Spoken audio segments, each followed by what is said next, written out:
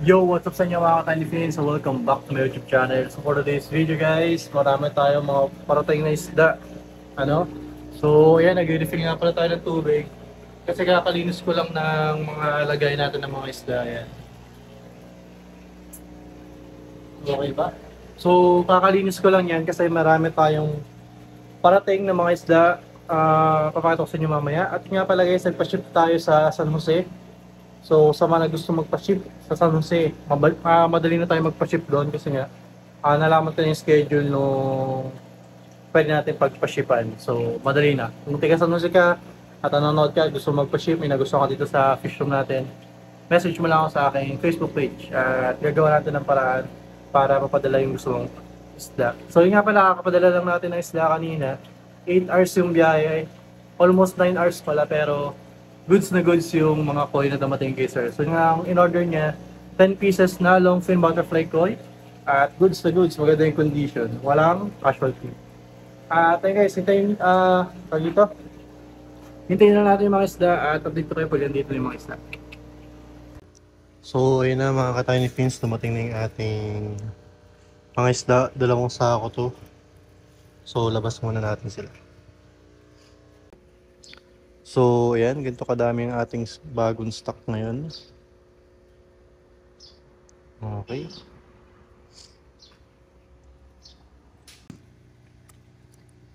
So, ito yung una natin binuksan. Itong mga long fin butterfly koi kasi meron ditong may hina. Kaya kailangan natin to i-transfer agad. At marami pa tayo ditong bubuksan na yan. Meron pa tayo ditong long fin. So, marami pa. So, ilagay na natin ito sa kanilang lagayan. So, yung mga lamang plastic natin binuksan ay koi pa rin. Pero itong koi, kakaiba to. So, ngayon lang ako nag-order ng ganito. Actually, dati meron na pero ngayon lang ako order ng talagang napakadami. So, ito ngayon tinatawag na kabo to. Yan. So, mukha silang mga skeleton ano. Pero ayan sila. Gaganda ng kulay. So, lagyan na natin sila sa kanilang lagayan. So, yung pangatlong plastic na binuksan natin guys ay mga plants. So, ang daming plants na ito. Kaya ilalagay na natin to dun sa tank natin. Daming kabomba. So, ito naman yung ating next. Yung ating mga platis. Yan. So, guys, medyo sinisipon tayo. Kakagising ko lang kasi. So, lagyan na natin ito dun sa mga plants. So, ito na nga pala guys, itsura nung may mga plants natin. Dito natin lalagay itong mga plati na to.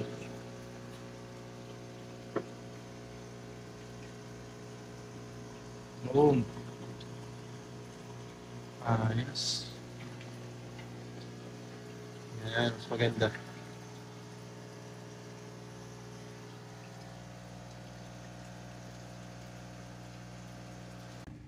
So, ito naman yung ating mga platinum na mollies. Ayan, gaganda ng kondisyon, malalaki. So, meron dito mga cheetah, yung mga platinum, yung mga pineapple. So, halo-halo na to. So, ito naman guys yung ating mga longfin butterfly koi na kalahati.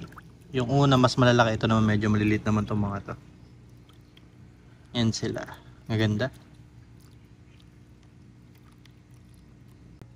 So, ito naman guys yung ating mga tangerine na mollies. So, marami pa tayong unpack. Tangerine mollies. Ito naman guys ang ating mga fancy tail goldfish. Ang gaganda ng kondisyon nila. Size medyo maliit pero okay na rin. Gaganda ng form ng body. Yan. So ito guys, may tayo dito mga jawterfish. Maliliit lang yung size nila pero okay na rin. So ito naman guys ang ating mga hammerhead. Maganda rin yung kondisyon nila. Yan. Lagay natin to dito. So bakante pa naman tong baba natin. Dito natin lalagay itong mga to.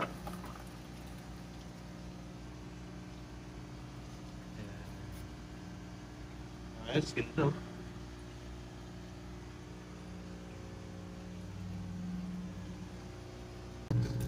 So ito naman guys ang ating mga glow tetra. So ito natin ilalagay.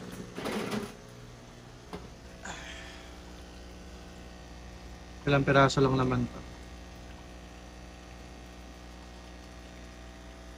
Okay. Okay na yan. Tapos fill natin yung iba dito.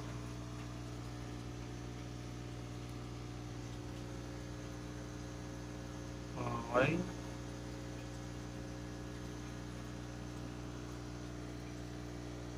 Tapos yung iba, saan natin nalagay? Siguro dito na lang siguro. Oh. Okay. All goods.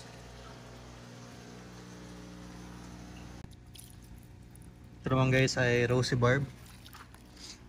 May natin ito rosy barb dito. Okay, wala naman naman ito. Lagyan natin lagyan. Okay.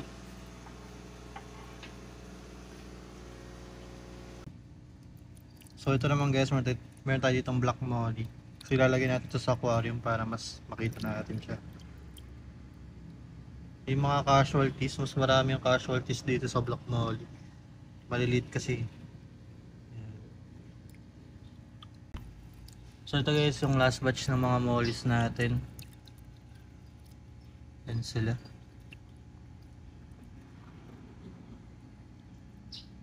May hipon. May hipon pa guys. So ito naman guys, meron tayo itong bronze corridora tsaka albino. Yan sila. Maliliit lang yung size ng albino, mga market size. Itong bronze, actually hindi pala. Yung bronze ang market size, itong mga albino, mga small size to. Yan, so lagyan na natin sila sa kanilang lagayan. So ito yung mga last na isda na nirepack natin. Unpack pala. So yan, mga Showa swordtail, ang gaganda na kulay, kondisyon, tsaka ng size, solid. So yung mga ka-tiny friends, tapos na natin asagasuhin yung mga isda natin. Nalagay natin sila sa kanya-kanya mga lagayan. At ibaba camera ko lang, papakita ko sa inyo kung ano mga available natin isa dito sa ating fish room. So hindi lang isda, accessories yung mga fish food at aquatic plants, meron na rin tayo yan. So guys, baka camera ko lang, papakita ko sa inyo lahat.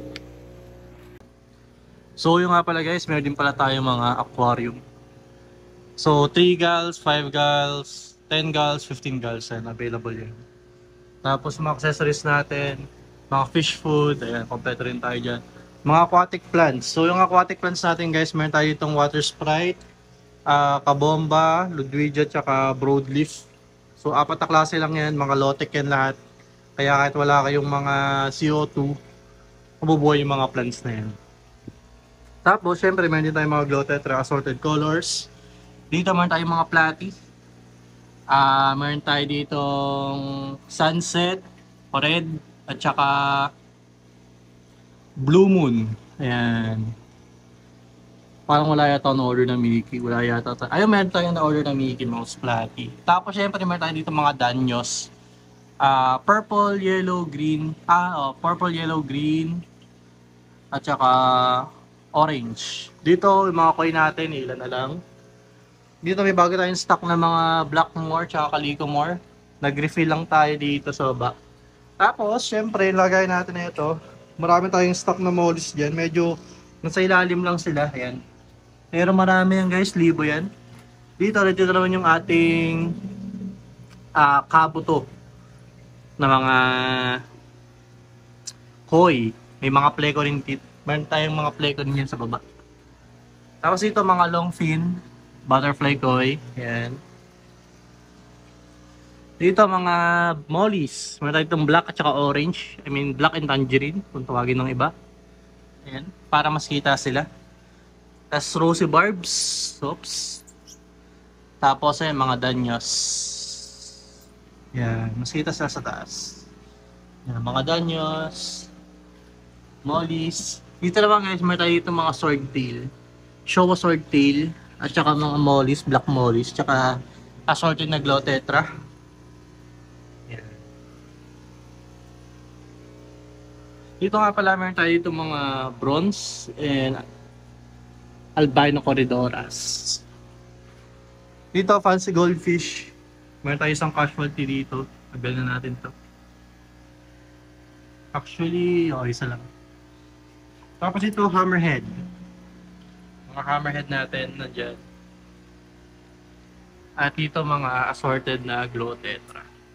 So yun lang naman ang ating mga available dito sa ating fish room. Konti pa. Konti pa sila. So hindi rin tayo masyadong makapagdagdag pa dahil medyo maliit yung space nga natin dito. Pero ayan ang ating mga available. So yun lang guys, na magtatapos ng video na to. At quick update lang naman ito ng mga available natin dito sa ating fish room.